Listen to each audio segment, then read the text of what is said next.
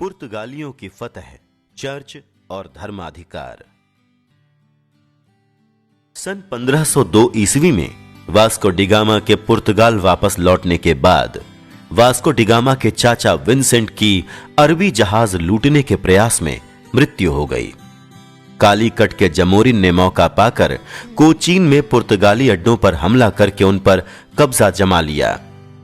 कोचीन के राजा के साथ बचे हुए पुर्तगाली पास के ही एक द्वीप पर शरण लेने के लिए भाग गए थे।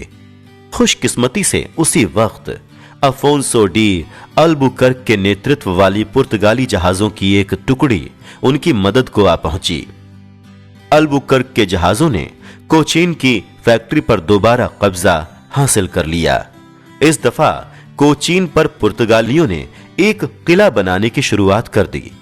भारत की धरती पर पुर्तगालियों का यह पहला किला होने जा रहा था। सन 1503 ईस्वी में एक ईसाई पादरी ने पुर्तगालियों के इस चर्च का नाम पुर्तगाल के राजा मैनुअल के नाम पर रखा। पुर्तगालियों को इसके बाद बहुत सारे किले बनाने थे, लेकिन उससे पहले उन्होंने अरब सागर के व्यापार पर कब्जा जमाने की कोशिश की। फ्रांसिस्को डी अल्मीडा भारत का पहला पुर्तगाली वायसराय बनाया गया था।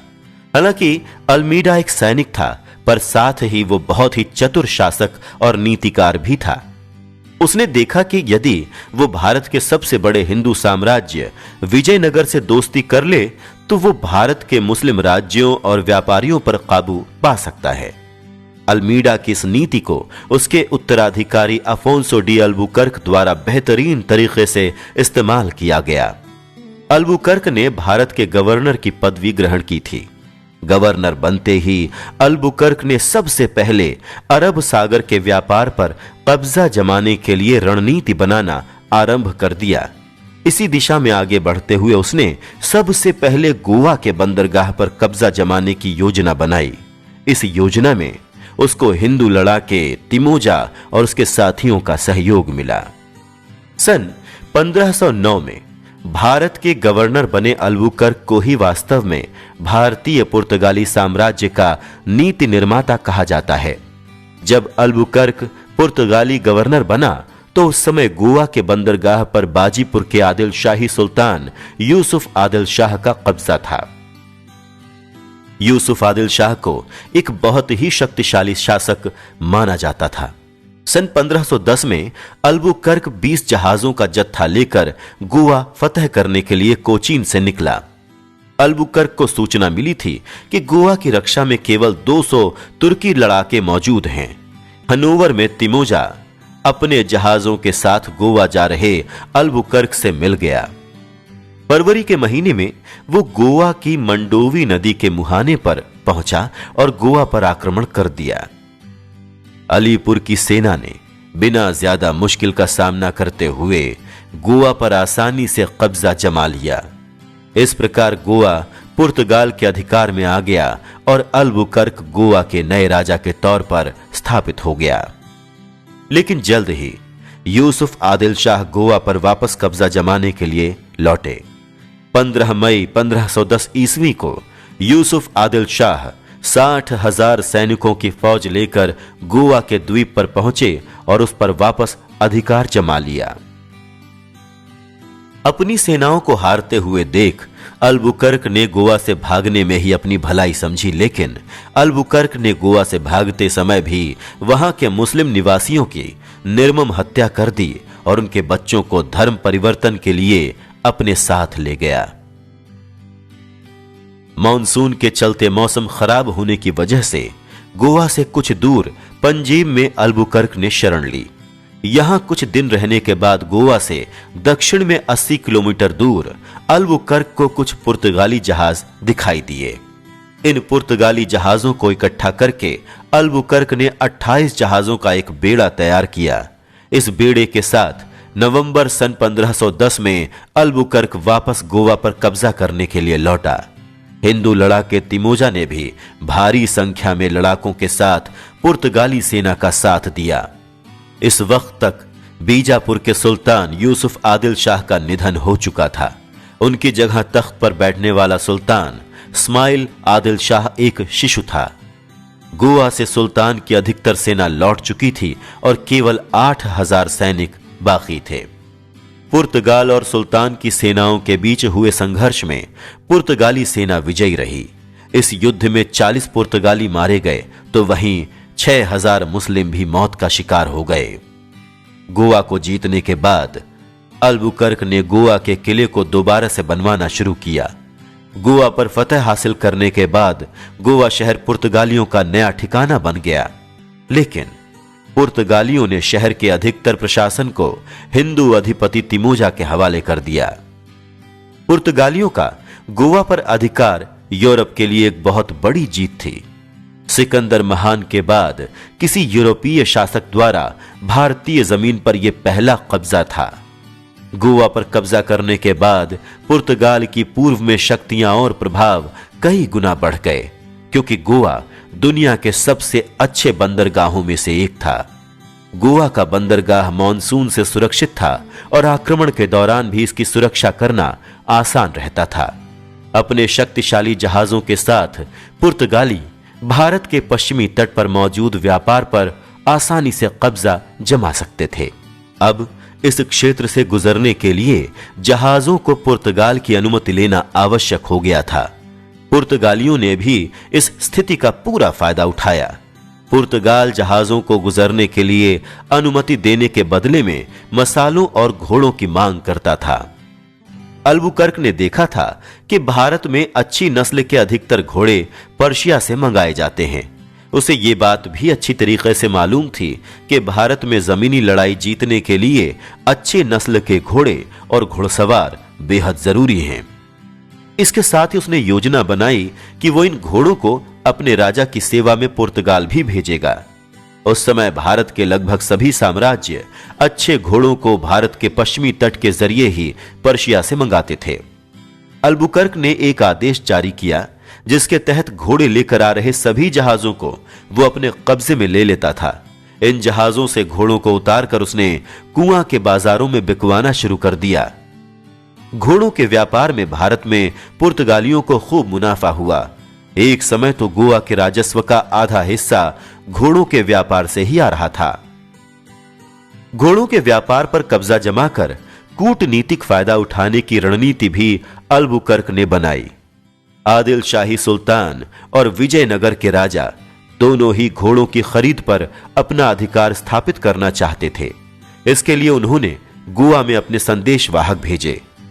अल्बुकर्क ने दोनों ही शासकों को एक दूसरे के खिलाफ भड़काकर दोनों को ही अपने घोड़े बेचे। इस प्रकार से भारत में गोवा का राजनीतिक महत्व बढ़ गया था और साथ ही गोवा आर्थिक रूप से भी मजबूत बन चुका था। इसके बाद अल्बुकर्क की योजना थी कि गोवा में पुर्तगालियों की एक फलती फूलती कॉलोनी स्थापित की जाए। इसके लिए उसने अपने पुर्तगाली सैनिकों को स्थानीय महिलाओं से शादी करने के लिए बढ़ावा दिया।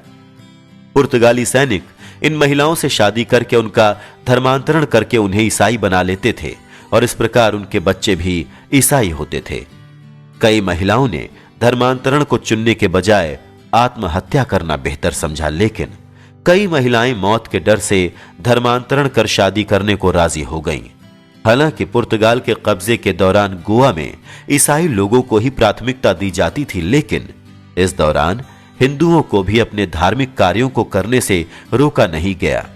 मगर कुछ हिंदू प्रथाओं जैसे सती और विधवा को जलाने जैसे कार्यों पर अल्बुकर्क ने प्रतिबंध लगा दिया। गोवा में पुर्तगालियों को अच्छी तरीके से स्थापित करने के बाद भी अल्बुकर्क की कई ख्वाहिशें और भी थीं। वो चाहता था कि नील नदी का रास्ता मोड़कर मिस्र को भूखा मार दे, साथ ही अलेक्जेंड्रिया और सुएज पर कब्जा जमाए और मक्का धर्मस्थान को जला डाले। सन 1513 में वो अदन पर कब्जा जमाने के लिए भारत से रवाना हुआ, क्योंकि अदन के किले पर कब्जा जमाकर लाल सागर में घुसने के रास्ते पर पुर्तगाल अपना अधिकार जमा सकता था। मगर उसका यह मिशन बुरी तरह से असफल हुआ और पुर्तगाल की सेनाओं को भारी नुकसान झेलने पड़े। हालांकि सन 1515 में उसने ओरमुज पहुंचकर चालाकी के साथ वहां की स्थितियों का फायदा उठाया। ओरुमुज में चल रहे सत्ता के संघर्ष में उसने बाप, बेटे और भतीजे को आपस में लड़ाकर ऐसा राजा स्थापित किया जो उसकी बात माने। ओरुमुज के राजा से उसने एक किला बनवाने की अनुमति बेहद आसानी से हासिल कर ली। इस किले की बदौलत पुर्तगाल भारत और पर्शिया के बीच होने वाले व्यापार पर अपना अधिकार जमा सकता था। हालांकि इस दौरान अल्बुकर्क की तबीयत बिगड़ने लगी और वो वापस भारत के लिए लौटा। लेकिन इससे पहले कि वो भारत लौट पाता, उसने अपने जहाज में ही पुराने गोवा के तट पर दम तोड़ दिया। मगर अल्बुकर्क के द्वारा विजयनगर के राजा के साथ स्थापित किए गए दोस्ताना संबंध पुर्तगाल के बेहद काम आए। विजयनगर ने गोवा के आसपास के इलाकों की जमीनें बीजापुर के सुल्तान से छीन ली और उन पर कब्जा करने के लिए पुर्तगालियों को बढ़ावा दिया। इसके बाद पुर्तगालियों ने बीजापुर के एक बादशाह से संधि करके सेलकेट और बाडेस पर भी अपना कब्जा जमा लिया। इन नए क्षेत्रों के जुड़ने से गोवा के कब्जे वाला इलाका लगभग 4 गुना बढ़ चुका था। पुर्तगाली जब भारत आए तो ईसाई धर्म को बढ़ावा देना उनके सबसे प्रमुख लक्ष्यों में से एक था। लेकिन इस लक्ष्य पर असल काम सन 1538 में शुरू हुआ, जब भारत में पहले बिशप ने कदम रखा। बिशप के आने से ईसाई और हिंदू धर्म के रिश्तों में खटास पड़ गई और सन 1540 में धर्मांतरण की शुरुआत हुई। इस दौरान गोवा में हिंदू मंदिरों को ध्वस्त कर दिया गया और इसके बाद चर्च ने मंदिरों की सभी जायदाद हड़प कर ली। सन 1542 में जेसुइट्स फ्रांसिस जेवियर भारत आया। फ्रांसिस जेवियर बेहद करिश्माई व्यक्तित्व का मालिक था। भारत में रहने के दौरान फ्रांसिस जेवियर ने भारी संख्या में धर्मांतरण करके स्थानीय हिंदुओं को ईसाई बनाया। हिंदुओं के अलावा मुस्लिमों और यहूदियों का भी धर्म परिवर्तन करवाने में फ्रांसिस जेवियर ने अहम भूमिका निभाई। भारत में फ्रांसिस जेवियर ने करीब 10 साल बिताए। कहा जाता है कि इस दौरान एक दफा एक महीने में फ्रांसिस जेवियर ने लगभग 1 लाख लोगों का धर्म परिवर्तन कराकर उन्हें ईसाई बना लिया। गोवा में फ्रांसिस जेवियर ने अपनी निगरानी में रोजाना सैकड़ों लोगों को ईसाई धर्म अपनाने पर मजबूर किया। भारत में ईसाई धर्म के लिए धर्मांतरण की नीतियों और उसके तरीकों की रूपरेखा फ्रांसिस जेवियर के द्वारा ही तैयार की गई थी। धर्मांतरण में चर्च को गोवा के पुर्तगाली प्रशासन का भी सहयोग हासिल था। फ्रांसिस जेवियर की मृत्यु सन 1552 में हो गई थी। अपनी मृत्यु से पहले फ्रांसिस जेवियर ने पोप के सामने धर्माधिकारी की स्थापना करने की अनुमति मांगी थी। सन 1560 में गोवा के पुराने आदिल शाही महल में धर्माधिकारी की स्थापना की गई। पुर्तगाली शासन में कहीं भी ईसाई धर्म के नियमों का उल्लंघन न हो, इसकी जिम्मेदारी धर्माधिकार के कार्यालय पर थी। हालांकि धर्माधिकारी के कार्यालय के अधिकार में केवल ईसाई और वो लोग आते थे जो ईसाई धर्म की राह में बाधा बनते थे। साथ ही धर्म का पालन न करने वाले ईसाइयों और ईसाई धर्म की राह में बाधा बनने वालों को धर्माधिकारी द्वारा कड़े दंड दिए जाते थे। सेंट पॉल के धर्मांतरण की बरसी पर गोवा में बड़ी संख्या में एक साथ हिंदुओं को बपतिस्मा देकर ईसाई बनाया जाता था। पुर्तगाली शासन के दौरान गोवा में ये एक प्रथा बन चुकी थी। निचली जाति के माने जाने वाले कुछ हिंदू तो स्वेच्छा से धर्म परिवर्तन करके ईसाई बन जाते थे, लेकिन अधिकतर मौकों पर चर्च के अधिकारी दबाव बनाकर लोगों को धर्मांतरण करने पर मजबूर कर देते थे। सेंट पॉल के धर्म परिवर्तन की बरसी पर होने वाले सामूहिक धर्मांतरण से पहले चर्च के अधिकारी हिंदू बस्तियों में रात के समय जाते थे। यहां पहुंचकर वो हिंदुओं के मुंह पर सूअर का गोश्त लगा देते थे। ऐसा होने से वो हिंदू अछूत माना जाता था और मजबूर होकर उसे धर्म परिवर्तन करना पड़ता था। हालांकि ईसाई धर्म में परिवर्तित होने के बाद लोगों को सरकार की तरफ से कई सहूलियतें प्रदान की जाती थीं। हिंदू धर्म में परिवर्तित होने के बाद भी हिंदू लोग अपनी कुछ परंपराओं का पालन करना जारी रखते थे।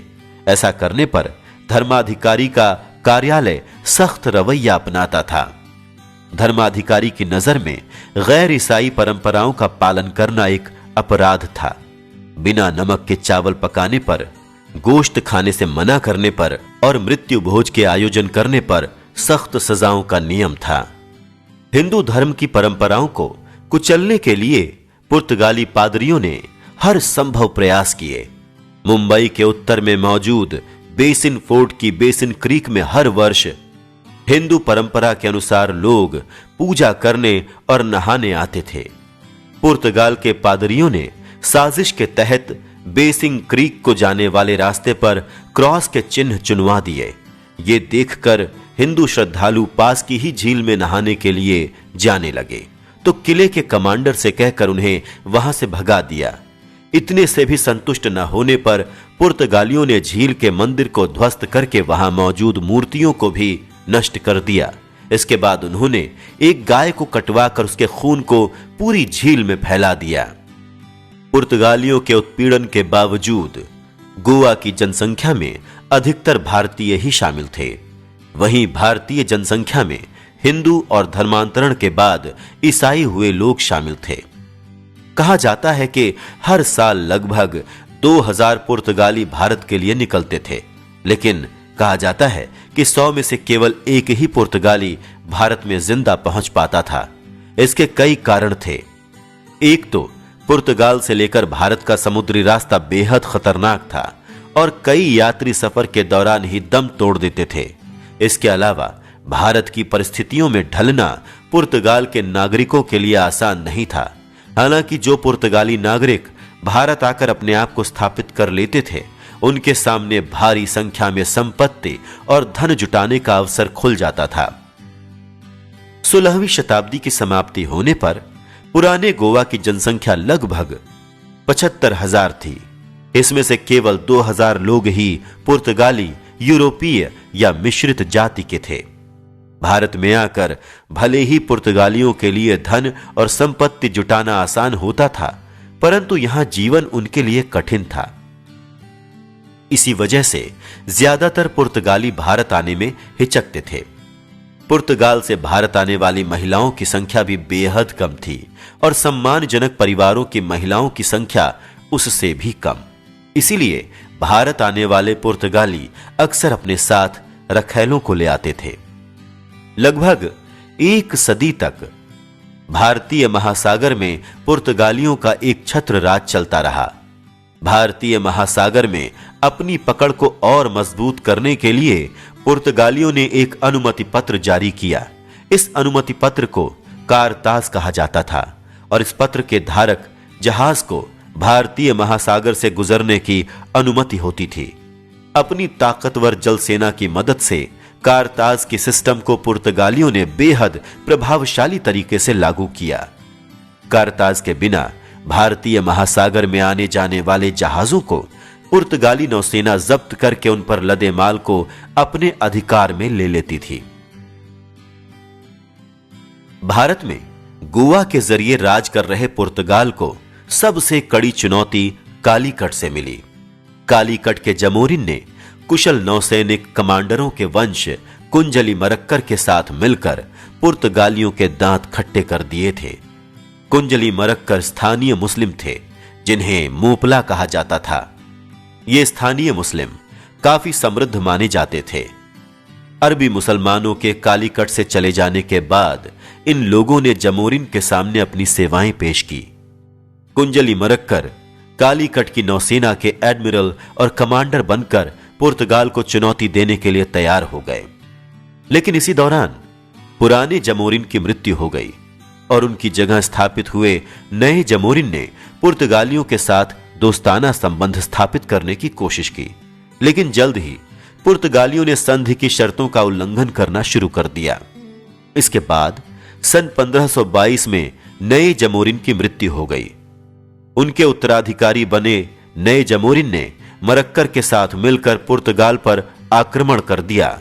कुंजली मरक्कर कमांडर कुट्टी अली ने बेहतरीन रणनीतियों के साथ पुर्तगाल की सबसे बड़ी ताकत उसकी नौसेना को कई बार मात दी। हालांकि कई बार पुर्तगाल की सेना भी इस जंग में विजयी रही। इस जीत हार के खेल के बीच भारतीय महासागर में पुर्तगाल की पकड़ कुछ ढीली पड़ गई। मौके का फायदा उठाकर कई जहाज मसालों को लेकर समंदर से गुजरने लगे। पुर्तगालियों और जमोरिन के एडमिरल मरक्कर के बीच शुरू हुआ यह युद्ध 16वीं शताब्दी के अंत तक जारी रहा, लेकिन शताब्दी के अंत होने तक जमोरिन और मरक्कर के संबंधों में दरार पड़ना शुरू हो गई। एक कमजोर जमोरिन ने पुर्तगालियों के साथ संधि करने की कोशिश की। संधि के तहत जमोरिन ने मरक्कर के ठिकाने पोन्नानी में किला बनाने के लिए पुर्तगालियों को इजाजत दे दी। पुर्तगालियों द्वारा उनके घर में किला बना लिया जाने के कारण कुंजली मरक्कर को वहां वो इलाका छोड़ना पड़ा, जिसके बाद कोट्टा में जाकर कुंजली मरक्करों ने अपना नया ठिकाना बनाया। यहां पर आकर मोहम्मद कुंजली मरक्कर ने खुद को कोट्टा का राजा घोषित कर दिया और जमोरिन से स्वतंत्र होकर काम करने लगा। मोहम्मद कुंजली मरक्कर को सबक सिखाने के लिए जमोरिन ने पुर्तगाली सेनाओं से हाथ मिला लिया। साथ ही यह तय किया गया कि जमोरिन जमीन से कुंजली मरक्कर पर हमला करेगा और पुर्तगाली नौसेना का आक्रमण समंदर के जरिए होगा। आक्रमण के लिए अल सुबह 4 मार्च सन 1599 की तारीख तय की गई, पर कुंजली मरक्कर पर यह आक्रमण जमोरिन और पुर्तगाली सेनाओं के लिए बेहद नुकसानदायक साबित हुआ। जमोरिन और पुर्तगाल की सेनाओं को इस लड़ाई में हार का सामना करना पड़ा और वो आक्रमण को छोड़कर भागने पर मजबूर हो गए। सन 1599 के अंत में जमोरिन और पुर्तगाल की सेनाओं ने दोबारा नए सिरे से कुंजली मरक्कर पर आक्रमण की योजना बनाई। इस दफा उनकी ये योजना सफल हो गई और वो कुंजली मरक्कर को मात देने में सफल रहे। जमोरिन ने मरक्कर को आश्वासन दिया कि वो उनकी हत्या नहीं करेगा। इसी आश्वासन के सहारे मरक्कर ने 16 मार्च सन 1600 ईस्वी को जमोरिन के सामने आत्मसमर्पण कर दिया। हालांकि मरक्कर को इस बात का बिल्कुल भी आभास नहीं था कि जमोरिन ने गुप्त रूप से पुर्तगालियों के साथ एक और समझौता कर लिया था। पुर्तगाली चाहते थे कि वो मरक्कर को मौत के घाट उतार दे। जमोरिन ने उन्हें विश्वास दिलाया कि मरक्कर का आत्मसमर्पण लेकर वो उसे उनके हवाले कर देगा। जमोरिन के सामने आत्मसमर्पण करते ही मरक्कर को उसने पुर्तगालियों के हवाले कर दिया। पुर्तगालियों ने मरक्कर और उसके साथियों के सिर गोवा में सबके सामने ही धड़ से अलग कर दिए। लेकिन जमोरिन की पुर्तगालियों के साथ संधि और मरक्कर की हार कालीकट के लिए ताबूत में आखिरी कील साबित हुई। अब मरक्कर के बिना कालीकट की नौसेना मजबूत नहीं रही थी। भारत के मसालों के व्यापार पर अपना एक छत्र राज बनाए रखने के लिए पुर्तगाल ने बड़ी संख्या में किले और दुर्गों का निर्माण किया। सन 1503 में कोचीन से अपने पहले दुर्ग की शुरुआत करने वाले पुर्तगाल ने जल्दी ही भारत में 50 से अधिक किले और दुर्ग स्थापित कर लिए थे। मसालों के व्यापार के जरिए पुर्तगालियों ने भारत से अकूत संपत्ति इकट्ठी कर ली थी। इसके साथ ही जहाजों के लिए कारतास जारी करने पर भी पुर्तगाल बड़ी मात्रा में टैक्स वसूली करता था। भारतीय महासागर पर एक छत्र राज ने उनके राजस्व में जबरदस्त वृद्धि की। लेकिन यह सब बदलने वाला था, क्योंकि भारत में बहुत जल्द ही ब्रिटिश और डच ताकतों का उदय होने जा रहा था।